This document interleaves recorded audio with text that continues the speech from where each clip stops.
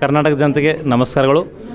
ಇವತ್ತಿನ ದಿನ ನಾನು ಈ ಒಂದು ಬೆಂಗಳೂರಲ್ಲಿ ಕರೆದು ನಮಗೆ ಡಾಕ್ಟರೇಟ್ ಪದವಿಯನ್ನೇ ನೀಡಿರೋದಕ್ಕೆ ಭಾಳ ಖುಷಿ ಆಗ್ತದೆ. ಯಾಕಂತಂದರೆ ನಾನು ಕೂಡ ಒಬ್ಬ ರೈತನ ಮಗನಾಗಿ ಒಂದು ಗ್ರಾಮೀಣ ಭಾಗದಲ್ಲಿ ಬೆಳವಣಿಗೆಯಾಗಿ 17 ವರ್ಷದಲ್ಲಿ ನಾನು ಭಾರತೀಯ ಸೇನೆಯಲ್ಲಿ ಸೇರಿಕೊಂಡಿದ್ದೆ. ನಮ್ಮ ಹಿರಿಯ ಅಣ್ಣನ ಒಂದು ಫೋಟೋ, ಯಾಕಂದರೆ ಅವರು ಭಾರತೀಯ ಸೇನೆಯಲ್ಲಿ ಸೇರಿಕೊಂಡಿದ್ದರು.